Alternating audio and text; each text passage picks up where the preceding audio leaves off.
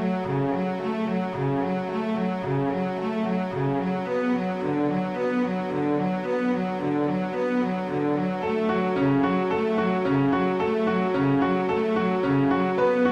everybody, welcome back to another episode of Card Talk, a podcast where we spend just a little bit of time talking about cards from Lord of the Rings card game. I'm your host, Dave Walsh. And from the West, I'm Ted Bannock. I feel like you're from the Midwest. Yeah, I'm from the Midwest. I'm from the Midwest. Yeah, I think most people Midwest think that before. But, I at least have the will to state that. So, I will be able to talk about our card today. You will be able to talk about that card today. And it's going to be a great show. Yes, I will talk about the card, but before I talk about the card, let's talk about how to stay in contact with Card Talk and all its subsidiaries. Right. Whether you're from East or West, we're or Midwest. Yeah, we're like non dominial. We have no domain. How do I want to say that? we have no specific domain. Yeah, right. We have no. Huh. I was going with you until you used that word. So if you want to get a hold of us, Matt over at the blog Cat Attack 22, he spends a great deal of time every week keeping the written word going. And so if you want to type out, if you want to read about this card, you can over at the blog at cardtalk2018.com. If you want to get a hold of us by email, it's cardtalk2018@gmail.com. And Micah, every week on our YouTube channel, every other week, plays Quest with some deck building restrictions and has fun that way. It's called Second Breakfast. Check out our YouTube channel. I think we're approaching 500 videos on our YouTube channel. Some are good, some are made by me. So that's always good. And then lastly, if you want to help us keep the lights on or keep the keyboard clacking over at the blog, you can definitely join us on Patreon, patreon.com/cardtalk2018. So will you be talking about this card from the Midwest, Ted? Yes, I will. So today's card, which it's Will of the West. Today's Will of the West. What? I know, everyone's shocked. It's a 1-cost spirit event that comes from the core set, and it reads as follows. Action. Choose a player. Shuffle that player's discard pile into his deck. And I will note the errata on the card. So if you have the revised core set, I believe it's printed this way. It says, choose a player, shuffle that player's discard pile into his deck, remove Will of the West from the game. But if you're an older player, or maybe you bought someone's used set online or something like that, or you found an old printing, it will not have that last sentence. It was not originally remove this card from the game. But I feel also like that errata hit pretty soon after the game was released because people were just abusing Will of the West, right? Yeah, I don't remember. There was a specific... There was a trick some players were doing with... I don't know, like recurring their deck, basically. Like they would draw most of their deck into their hand, and then you would Will of the West and shuffle back in. You would like recur Will of the West and other cards and just continually recur those cards. And so removing it from the game stopped that cycle of recursion, of essentially infinite recursion, as because the resource requirement was very small once you got to that point. Yeah, so I mean, it's for anything. Like if you draw your whole deck and it's in your hand, and there was ways to do that, and you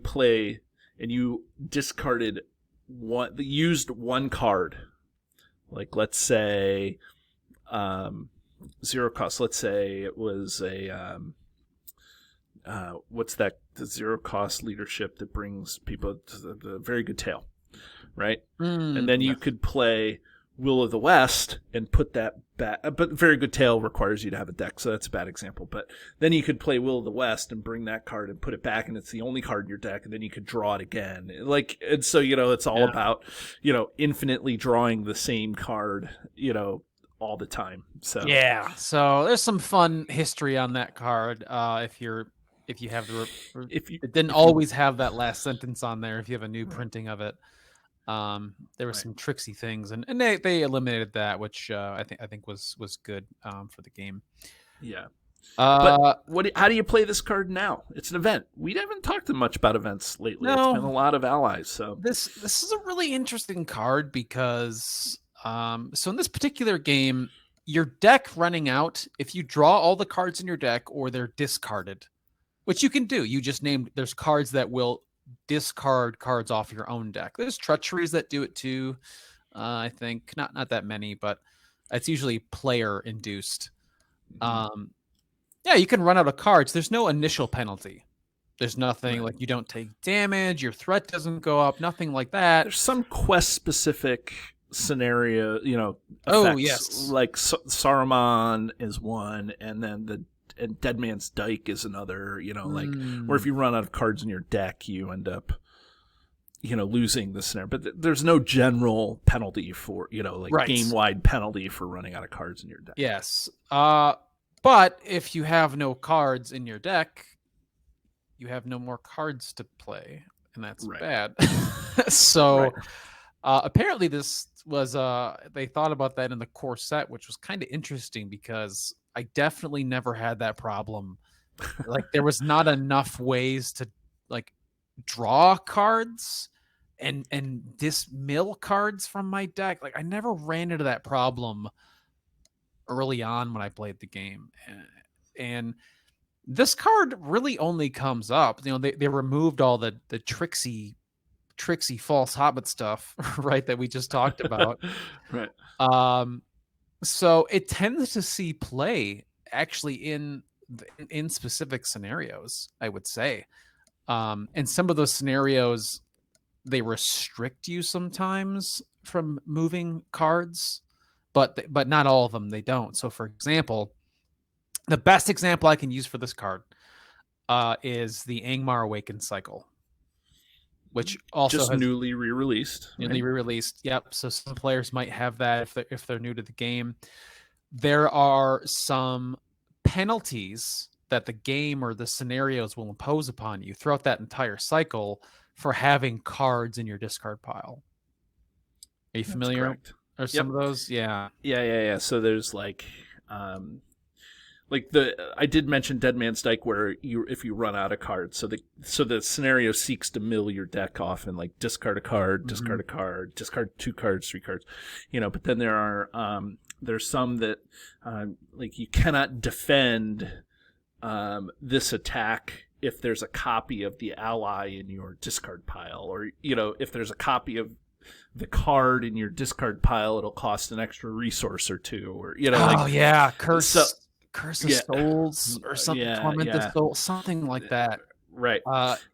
And so that's where you either want to play, that scenario or that contract, the one that is the one of contract. What am I? The Council of the Wise, or where you don't have copies, multiple copies, or you want to just not have a discard pile, and the Will of the West helps you with not having a discard pile. Yeah. So I would say, as far as general use for this card, I don't include it. There's no really specific reason for you to just kind of I need to shuffle in my deck, because there may be an exception to with certain heroes. So for example, actually in that same cycle, you have the hero Aristor. Aristor is a lore hero that came out in that cycle that instead of drawing 1 card, you draw 3 additional cards. You draw 4 cards a turn with Aristor. And if you play him and your deck is only the minimum 50 cards, you will probably run out of cards in most scenarios, especially if you have other draws. You will. So sometimes I make my Aristor decks larger. and I don't have that problem, just saying I include more cards. But Mhm. sometimes I will include 2 or 3 copies of this with Airstore because I want to just recur the 50 cards I've chosen.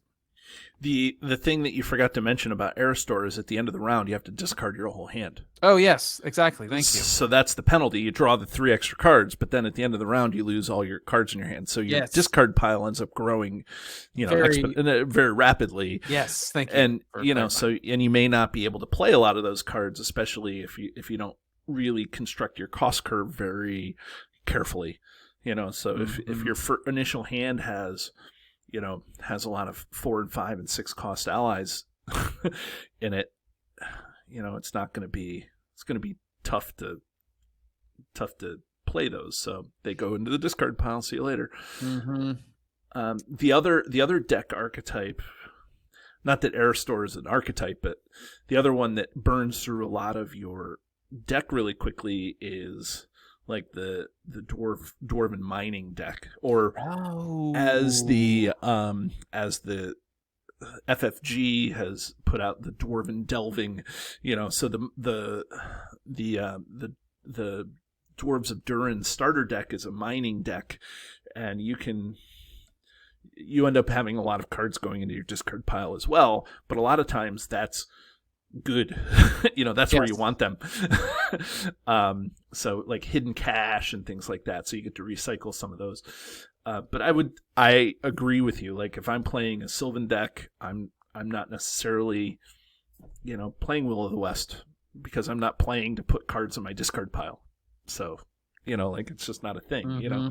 So it was probably good in the core set a little bit more because you're more like, there wasn't as many solutions. So you sneak attack Gandalf, play Gandalf, and now you want to hopefully get Gandalf back. So you shuffle Gandalf back into your deck. I don't know, but now there's a lot more solutions to those things, anyways. So it just loses its luster. Yeah, that's a good way to put it. So it's really, I can describe it as like a sideboard card, kind of like a niche card that it does have some use depending on your archetypes. Like, and even just a lot of Noldor cards in general. Círdan Hero also comes from the repackaged Dream Chaser cycle. Mm-hmm. And his ability is, instead of drawing 1 card each turn, you draw 2 cards and discard one of those, and then keep the one you want of the 2. So he also builds your discard pile a bit more rapidly because you're forced to discard cards. So there's some deck that Noldor bill, sometimes you want cards in your discard pile, also, right? Yeah. So it's strange, it's I don't know, and that Air Store is also in Noldor. So who knows? Like it's complicated, right? Like it's a simple effect, but I think that this is like you said, a sideboard card. There's a lot of times you're not building into your discard pile, but you want to make sure that if you need I don't know. I mean, I can see cases where if you have a limited card pool, maybe you play all 3 test of wills right at the beginning, and you have a Will of the West. So now you want to shuffle them back in your deck, and you have a chance of drawing them again. I don't know, but there's other ways to do it that are more elegant. You can, not even more elegant, but just like other ways to do that sort of stuff. You can play the Galathrim Weaver, and that takes the top card of your discard pile and shuffles it into your deck instead of your whole discard pile. You can play, you can play Dwarven Tomb, and also, Dwarven Tomb from the Curse. Yeah, so I think they kind of just made Spirit this kind of like recursion type. They kind of, this card and Dwarven Tomb gave it that theme when they developed cards. Like, it's going to be kind of this way to recover your deck, right? Think of your deck as it's really the biggest resource you have, right? It has all of your cards in it. Right. Yeah. You need cards to play the game. And this lets you get them back. So it was an interesting core set card because I'm like, I never initially played it. I'm like, I don't see the need. I'd rather just draw something else than recur some of the cards that I've used. But there's specific player decks, Dwarves and Noldor are the top 2 that come to mind. And I suppose too, I guess in the core set you had Hero Eowyn, and her ability was to discard a card from your hand to boost your willpower. So maybe they were thinking like, oh, you're discarding all these cards to Eowyn. Maybe you want to recur cards that you couldn't play, right? That you threw away in an emergency. So is Protector of Lorien a core set card? It is. Yeah, that's a lore card. There's another discard, and effect. But then you have to draw enough cards to continually discard, which is, kind of a pain in the neck. But so, there's a need, maybe. But again, I think it's very deck specific. Yes, and as we mentioned, in counter specifics, and mostly, mostly that fifth cycle comes to mind being the most punishing for having, like, if you have a discard pile, it's bad. In like half the scenarios in that cycle. And there may be a couple scenarios outside of that cycle that I can't think of off the top of my head, but Angmar for sure. Well, the Saruman, oh no, that's cards in your hand, right? I think the Treason of Saruman or whatever, like when you're playing the campaign. When you're playing the Lord of the Rings campaign. The saga. The saga, right? Yeah. But that's cards in your hand, not cards in your deck. Mm-hmm. And I think Ash Mountains. Isn't Ash Mountains if your deck is ever empty? Yeah, Ash Mountains has a very specific mechanic of destroying your deck, and if it runs out, I believe that is a loss condition for that scenario as well, like you've mentioned. But I think that has I can't remember if... It also has a 50 card limit on your player deck. Yeah, which some players hate. I think though this card was... I think there were ways to recur under the Ash Mountains, but maybe built into the scenario because it just really destroyed your deck. Yeah, I can't remember if you were able to actually directly shuffle in cards or if you had to do it some other way. So I was trying to look it up real quick, but I won't find it in time. But yeah, so there's a couple scenarios that call for it, but that's really kind of it. I'd say most decks, you don't really want to run this. Just you'd rather draw a new card that does a new thing. Mm-hmm. That or another copy of the card that did the thing that you just had to get rid of. Yeah, you want more copies of your attachments and allies and other events that do things, and just there's no like innate reason to recur. So if you're playing with just the core set, and even if you have it expanded a little bit, and I got the whole card pool, and again, this only makes it into usually my decks with Hero Aristor and not much else, unless I sideboard. And if I know I'm playing those quests, I might be like, oh, I'm going to build a spirit deck to kind of make it easy on myself, and you can also target a player with it, which is great. So if you are playing one of those scenarios that has a mechanic, you can target a player and say, well, you shuffle in your discard pile, right? Which can actually help them out if you've already done it to yourself. Yeah. Well, what do you think of the art of this card? I think this has some of the most like badass art in the entire game. Like this really card it's look at this dude. Okay, like he's raising up his sword. He's got arrows sticking out of him, and his cloak is like tattered, and the way that the sword is positioned, it's like right in the break of the sky. And if you look to the right and to the left of him are both these other swords. There's this massive sword in the ground, right? So you assume this guy's probably around 6 feet tall, right? You would guess. Right. So if you look at the sword that's stuck into the ground, it's this massive serrated great sword that is as tall as him, if not taller. There's like a 6-foot sword next to him stuck in the ground. Like, where did that come from and who's using it? I don't know. Tell me, Dave. Tell me. Whenever I see this card, I think one 5-word phrase. By the power of Grayskull. And so that sword must be Skeletor's sword. Must be. It just seems very He-Man-y to me. Like, I know that He-Man didn't wear armor, but this is He-Man in armor.